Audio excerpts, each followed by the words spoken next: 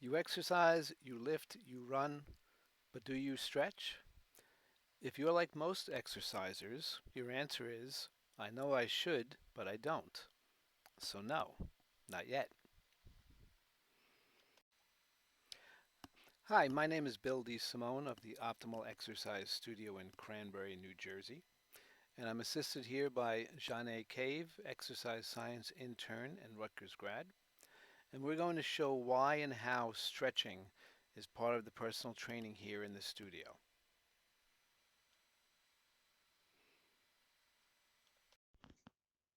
Some of the claims in the 1980 book Stretching turned out to be easier to claim than to prove academically.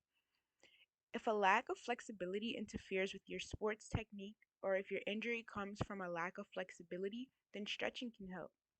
But working on flexibility doesn't guarantee better performance or preventing injury, as so many other factors are involved. Stretching in general can help relieve muscle tension, it can correct postural deficits, and it can also help protect the lower back. A muscle that is not constantly under tension simply works and feels better. It contracts and releases with less interference. By holding a stretch and not just popping in and out of it, your muscles gradually relax. An example of a postural deficit is text neck. From hunching over a phone or monitor all day, this leads to forward head, rounded shoulders, and kyphosis. You can ignore this until it fixes your joints in place, or you can do a simple stretch to counter the effects of poor posture. With the lower back, if your hamstrings are chronically tight, one of the ways it affects the lower back is by not allowing the hips to move with the spine, which causes the wrong motion out of your lower back. If your hamstrings become more flexible, then your hips can coordinate with the spine, giving you a better chance at using your back the right way. The feel of proper stretching is to ease into the stretch, feel a tension in the belly of the muscle, and then hold that sensation for about 30 seconds. It is not yanking your limbs apart or putting full body weight on a limb to crack the joint apart. Here's what assisted stretching looks like in practice. So, first, make you taller. I've been working in the wrong dimension all these years. I should have been making people taller. Same weight, just taller. Okay, so now for the calf. So a little bend in your knee. Lift your toe towards your knee. Lift your toe towards, bend here. Now lift your toe towards your knee. Okay, so now you're going to slowly straighten your knee and look for a stretch here, not here, not here. Okay, so slowly straighten the knee. Got it? Okay.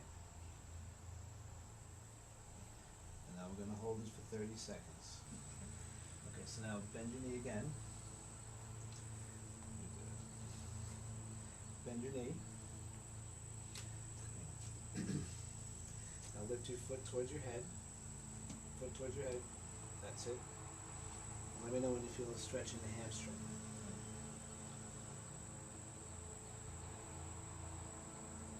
Okay, that's it.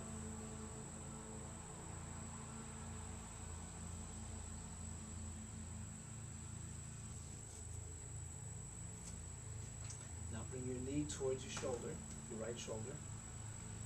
And now let me know when you feel a stretch in your hip. Show me, that's it.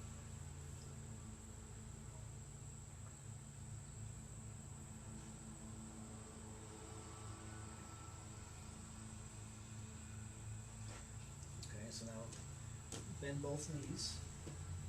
Come closer to you, even closer. Okay, so now your shoulders flat on the mat, and now both knees are going to go towards your left. Let this foot come up. That's it. Keep your shoulder flat.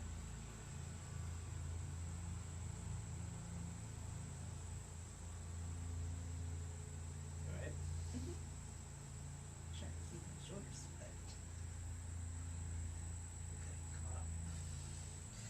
Okay, so a little bend in your knee. Lift your toe towards your knee.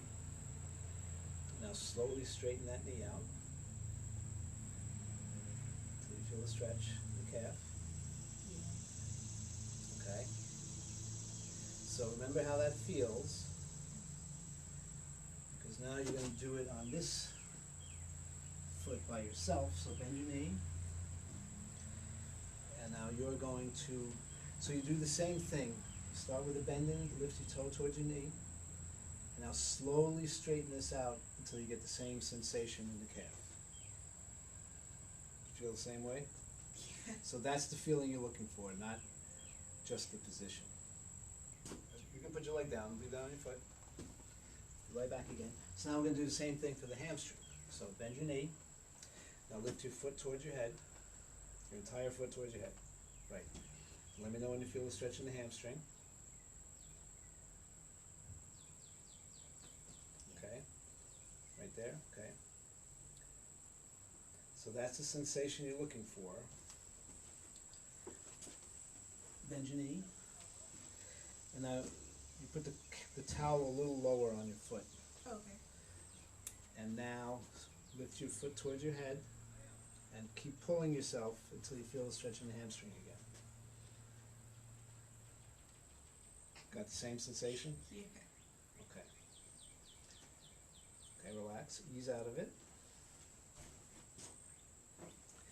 So bend this knee. I'm going to bring this knee towards that shoulder. Okay. Feeling for a stretch in the hip. Yep. Got it? Yeah. Okay. So now we're going to switch sides. Now, put this foot on this knee. Pull this knee towards your shoulders. You can hold on either under or over, wherever you can get a good grip. And you're looking for the same sensation. Piriformis. The same sensation, yes. Yeah, I feel it. Okay.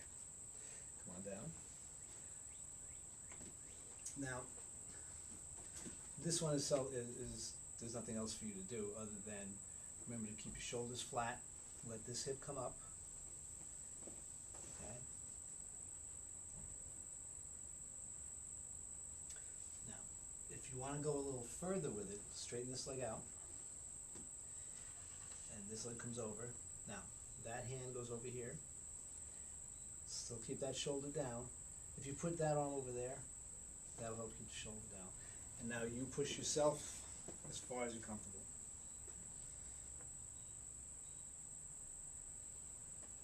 Okay? Yeah, that's nice. Good. Remember, you want your muscles to be flexible, but your joints to be stable. The way we do assisted stretching is a combination of verbal instruction and positioning your limbs to make it easier for you to feel the stretch. Once you know the right sensation, it's easier for you to stretch yourself if you choose because you know what you're looking for. The 2 pages on stretching are from the print edition of Joint Friendly Fitness. The link is also in the description. In September, we'll be at the Helene Cody Cranbury 5K and the Runners 1 5K with stretching stations for you to try the stretching. And to inquire about stretching and personal training sessions at the Optimal Exercise Studio or staff-in services at your location, email me at optimalexercise@comcast.net.